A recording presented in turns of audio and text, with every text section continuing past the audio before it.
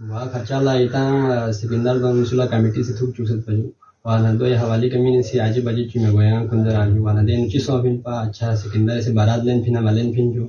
yo ye fa approach kasal min.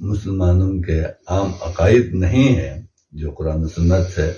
کی روشنی میں ہے، نہ ہونے کی وجہ سے ملحد و زندق کا فتویٰ دیا ہے، تو کیا وہ ملحد و زندق نہیں ہے، یا وہ ملحد زندق ہوتے ہوئے نورباشی صوفیہ ان کو قبول کریں گے، یا فتویٰ غلط دیا تھا اس لیے اس کو اٹھایا جا رہا ہے، تو یا کتاب میں ایسی کوئی باتیں نہیں ہیں، تو اس وجہ سے یہ چیزیں شاید آپ کے ذہن میں گردش کر رہی ہیں، اس لیے آپ نے یہ سوال کیا ہے۔ نہیں، ایسی کوئی بات نہیں۔ کمیٹی والے نے یہ اپنے آپ کو یہ ظاہر کیا کہ ہم صلح کرنا چاہتے ہیں، اور انہوں نے یہ کہا کہ ہم صوفیہ ہیں۔ ابھی بعد میں ہمیں بارستان کے ایک خطبے کے ذریعے سے پتہ چلا کہ ان کو جو ہے منافقت سکھائی گئی ہے کہ صوفیہ نہیں بتانا ہے، امامیہ نہیں بتانا ہے، ہم یا خواجہ سرا ہیں، تو ہمارے پاس تو انہوں نے بتایا ہے کہ ہم صوفیہ ہیں، اور صوفیہ کے پلیٹ فارم سے ہی پر ہی دونوں فریق کو جمع کرنا ہے، اور اس لیے آپ فتویٰ کے سلسلے میں اور کتاب کے سلسلے میں آپ ہماری رہنمائی کریں اور ہمارے ساتھ تعاون کریں۔ تو اسی سلسلے میں وہ ایک دفعہ وہ ہمارے گھر پر آئے گلابپور میں، اور ایک میٹنگ جو ہے ہماری گیدرنگ ہوئی، وہ مجھے لینے کے لیے گلابپور آئے۔ ہم رات 9 بجے قریباً اسکردو میں پہنچے، تو وہاں کچھ صوفیہ والے اور کچھ امامیہ والے بیٹھے ہوئے تھے دیوان خاص والے موسیٰ صاحب کے گھر پر۔ تو ہماری وہاں پہ گیدرنگ ہوئی، اور وہاں پہ انہوں نے بتایا کہ ہم صلح کرنا چاہتے ہیں، تو موسٹ ویلکم، بہت اچھی بات ہے، اور آپ کو بھی چاہیے اس میں کوئی افواہوں پہ کان نہ دھریں، تشویش کا شکار نہ ہو جائیں۔ صلح کرتا ہے کوئی بھی آ کر، چاہے اپنا ہو چاہے دوسرا ہو، امامیہ والا ہو یا صوفیہ والا ہو یا کوئی غیر نرباشی کیوں نہ ہو، وہ آ کر ہمارے درمیان میں صلح کرنا چاہتا ہے تو ہمیں اس کے ساتھ تعاون کرنا چاہیے۔ اور قرآن سنت کا بھی یہی حکم ہے کہ تم آپس میں صلح کرو، ملو بیٹھو، یہ صلح میں خیر ہے۔ تو اس کے لیے جو انہوں نے کہا فتویٰ اور کتاب جو ہے یہ رکاوٹ بنا ہوا ہے، تو ان کا جو رکاوٹ بنا ہوا ہے اس کو ہی اٹھا لے، اس کو اٹھا لے۔ کتاب فتویٰ دیا ہے اس کتاب کے بارے میں، کتاب کی وجہ سے فتویٰ دیا ہے۔ اگر وہ کتاب کو اٹھا لیں گے، کل آرام کرا دیں گے، تو ہم فتویٰ کے بارے میں سوچیں گے۔ یہ تو نہیں ہوگا۔ ہم نے جو بتایا یہ کتاب جو ہے وہ تالاب میں برتن میں گرے ہوئے چوہے کی طرح ہے، تو اس چوہے کے بارے میں ہم یہی کہیں گے، اس برتن کے بارے میں یہ کہیں گے کہ یہ ناپاک ہے، اور اس کا استعمال بھی ناپاک ہوگا۔ اور برتن سے جو ہے کوئی وہ چوہا نکال دے، برتن کو دھو لے، پھر یہ تو نہیں کہا جائے گا کہ برتن ناپاک ہے، یا اس کے اندر بعد میں جو کچھ ڈالا گیا ہے وہ بھی ناپاک ہے، ایسی بات نہیں ہے۔ تو کتاب کی وجہ سے ہم نے ان کو پر فتویٰ دیا ہے ان کے خلاف۔ اگر کتاب کو وہ کل آدم کرا دیں گے تو ہم فتویٰ کو اٹھا لیں گے، جس کے ملحد زندگی نہ ہونے کا ہم فتویٰ دیں گے۔ تو اسی پر تو اس چیز کے لیے موسیٰ صاحب کے گھر پہ اس بات پہ اتفاق ہوا تھا کہ تو اس چیز کے لیے جن کی کتاب کا ذمہ دار شیخ صاحب ہیں، اور فتویٰ کے سلسلے میں علماء نے میرے اوپر اعتماد کیا، تو سمجھ لیں میں ذمہ دار ہوں۔ تو ہم دونوں کی گدری رہنے کے لیے یہاں پنڈی میں ڈیٹ مقرر کی گئی تھی، اسی کے تحت جو ہم سید انور صاحب کے گھر پہ ملے تھے۔ سکندر صاحب کراچی سے آئے، شیخ صاحب میں ادھر پہنچا تھا، تو ہم وہاں پہ ملے تو اسی ایجنڈے کے تحت واحد ایجنڈا یہی تھا. صلح میں تو بہت سارے ایجنڈے ہوں گے، میں نے بھی کچھ باتیں رکھی ہیں ان کے پاس. اس وقت تو شیخ صاحب تو اس میں نہیں ہے. میں نے کر دو، میں جب پہلی بار نشست ہوئی تو وہاں پہ بتایا تھا کہ کوئی قائد، کوئی نہ پیر کے نام سے، نہ مرشد کے نام سے، کسی کے نام سے ہم نباشی قوم کو ایک فرد کا غلام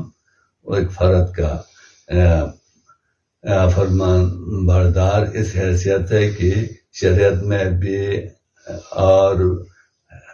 عدالت میں بھی، سماج میں بھی ہر لحاظ سے ایک فرد کے نام پر تیرے جان نثار والے اور ناروں کا یہ مذہب تو نہیں ہے. میں آپ کو یہ بھی کہتا ہوں کہ آپ ناروں کے پیچھے نہ چلیں، جذبات کے پیچھے نہ چلیں. قرآن و سنت کے مطابق ہمارے مرشد محمد نوربخش نے فرمایا ہے کہ مکان فی زمان ہی، جو حضور صلی اللہ علیہ وسلم کی سنت ہے، شریعت ہے، دین ہے، قرآن سنت جو کچھ بتاتا ہے ہمیں اس کے پیروی کریں، لوگوں کے کہنے میں نہ آئے. تو اس کے لیے مذہب کے یکجائی کے لیے تمام میں یہی طریقہ کار ہے. شورا ہوتا ہے تو اسی شورا کے مطابق جو ہے، جس میں ہر طبقے کے لوگ شامل ہوتے ہیں، اور معاملہ جو بھی سامنے آتا ہے تو اسی معاملے سے متعلق جو ماہرین ہوتے ہیں، ایکسپرٹس ہوتے ہیں، وہ مل کر کسی معاملے کا فیصلہ کریں. تو کسی ایک فرد کو حرف آخر نہیں سمجھا جائے گا. دوسری بات ہم نے یہ کی کہ اس میں تمام باڈیز کی نمائندگی، صلح کے لیے تمام باڈیز کی نمائندگی ہو، یعنی باڈی کی نمائندگی ہونے سے مراد یہ ہے کہ اس کمیٹی کے ممبران کے اوپر تمام جو ہے باڈیز اتفاق کرے، اعتماد ہو کہ امامیہ والے بھی اعتماد کریں، صوفیہ میں برستم کے جو فالوورز ہیں، کیونکہ وہ اپنے آپ کو قائد کہلوا رہا ہے، تو وہ بھی اس چیز کو، اس پر اعتماد کریں. جناب مرحوم با فقیر کا فرزند انجمن عارف صاحب، وہ بھی اس کے اوپر اعتماد کریں، علماء اعتماد کریں. صوفیہ کے دیگر عمائدین، مختلف انجمن ہیں، صوفیہ امامیہ جب ڈویژن ہو رہے تو اس میں مختلف انجمنیں اس میں شامل ہیں. تو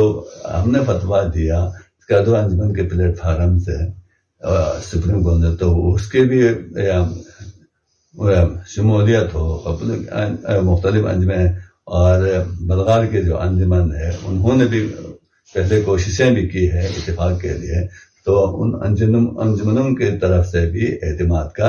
اظہار ہو، یہ ہم نے اس وقت شرط لگائی ہے. اگر کہ ایسے ایک انجمن کی طرف سے، کسی پارٹی کی طرف سے، باڈی کی طرف سے اگر اعتماد نہیں ہے تو سمجھ لو ہمارا بھی اس باڈی کے اوپر کوئی اعتماد یا اس کمیٹی کے اوپر کوئی اعتماد نہیں ہے. تو اس کمیٹی والوں کو چاہے کہ تمام جو گروپ ہیں ان تمام گروپ کو ایک پلیٹ فارم پہ جمع کر کے پھر صلح کا عمل جو ہے شروع کریں. تو ہم جو جمع ہوئے تھے اسلام آباد میں، آپ کو جو تشویش ہوئی ہے وہ صرف اسی لیے تھا کہ صلح کے ایجنڈوں میں سے جو پوائنٹ نکات ہیں ان میں سے ایک فتویٰ، اس کا ایک نقطہ جو ہے فتویٰ اور کتاب سے متعلق تھا. تو کتاب وہ اٹھائے سیاست، تو فتویٰ اس کے اوپر جو پلیٹ فارم سے جو فتویٰ لگا ہے وہ ہم اس کے بارے میں لائے عمل طے کریں گے. جس انداز سے، جس پلیٹ فارم سے انہوں نے کتاب منظر عام پہ لائی ہے، اسی پلیٹ فارم سے، اسی انداز سے وہ کتاب اٹھائے. ہم نے جو بات کی ہے تو اسی پلیٹ فارم سے، اسی انداز سے انہی علماء کرام کے دستخط سے جو زندہ ہیں انہیں کے دستخط سے ہم فتویٰ کے بارے میں لائے عمل طے کریں گے. یہ اس ایجنڈے کے تحت جمع ہو گئے. وہاں پہنچنے کے بعد پھر یہ بھی شرط ہو گئی تھی کہ اسلام آباد میں جمع ہوتے وقت اگر وہ شیخ صاحب کتاب کے فیور میں دلائل دیں گے تو پھر ہم فتویٰ کے حق میں دلائل دیں گے، پھر وہ مناظرے کا سما ہوگا۔ تو اس سے گریز کرنے کے لیے واحد یہ ہے کہ وہ اتفاق اس بات کو کمیٹی والے اس بات پہ کوشش کریں کہ وہ فتویٰ کو کل عدم کریں گے یا کرنا چاہتے ہیں تو کتاب کو کل عدم کریں تو ہم کتاب اسی انداز سے جس انداز سے کتاب سامنے آئی ہے، منظران پہ انہوں نے لایا ہے، کوڈ میں لکھ کے دیا ہے کتاب کے فیور میں، تو ابھی کورٹ کے فارم سے اپنے اسلامیہ پلیٹ فارم سے کتاب کو کل عدم کرنا ریٹن فارم میں میڈیا کے تھرو کتاب کو کل عدم قرار دے اور صوفیہ والوں سے بالعموم خصوص عالم اسلام سے بالعموم معافی مانگے، معذرت چاہے، اور جو کتاب کے فیور میں فتویٰ کے اگینسٹ انہوں نے علماء کے خلاف جو کیس دائر کیا ہوا ہے اس کیس کو ودرا کریں تو سپریم کونسل جو ہے اپنے پلیٹ فارم سے اگلا فتویٰ دیں گے کہ شیخ صاحب منیر زندگی نہیں ہے۔ اور یہ بھی ہم نے وہاں پہ بتایا کہ یہ فتویٰ ٹارگیٹڈ جو ہے صرف شیخ صاحب ہیں، باقی جو ہے اس گندے تالاب میں خود چھلانگ لگا کر منیر زندگی بننا چاہتے ہیں تو وہ اور بات ہے، ہماری طرف سے ان کے اوپر جو فتویٰ ہم نے دیا ہے اس میں وہ شامل نہیں ہے۔ تو اتنی تو جب وہی ایجنڈا سامنے ہوا تو شیخ صاحب نے کہا وہ تنہائی میں ہوئی اس میں، اور وہ تنہائی کے بعد وہ خلوت میں وہ باتیں ہوئی تھی، کمیٹی والے چلے باہر گئے تھے، ان کو نکال دیا گیا، شیخ صاحب اور یونس صاحب تھے ادھر میں اور مولانا محسن صاحب تھے، تو یہ باتیں ہماری خلوت میں ہوئی۔ بعد میں جب کمیٹی والے آئے تو ان کے سامنے یہی باتیں ہو گئی کہ شیخ صاحب جو ہے پوری کتاب کو کل عدم قرار دینے کے لیے تیار نہیں تھے۔ وہ یہی کہہ رہے تھے کہ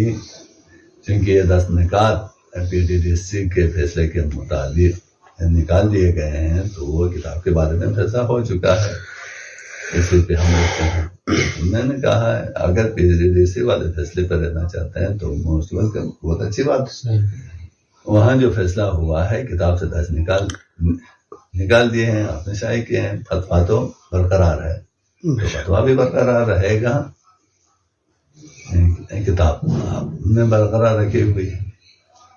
آگے اس کمیٹی والوں کی وساطت سے مزید صلاح کرنا چاہتے ہیں تو کتاب کو کل عدم قرار دیں،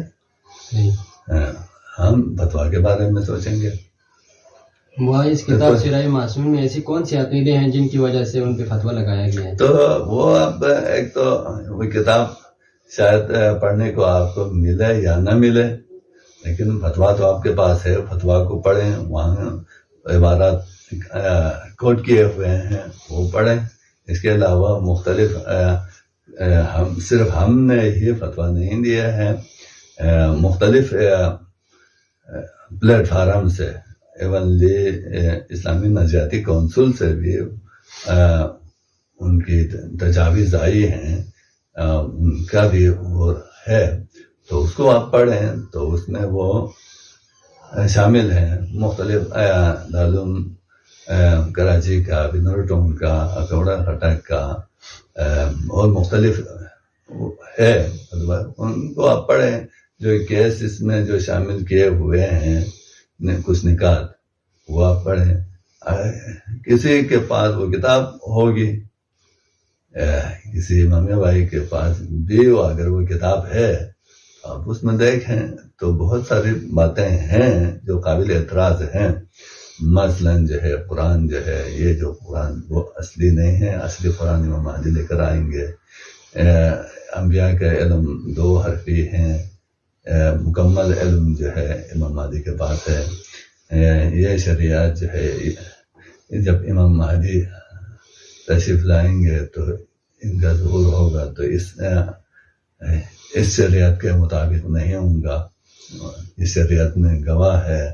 اور اس شریعت میں کیا ہے، اقرار اور گواہوں کی بنیاد پر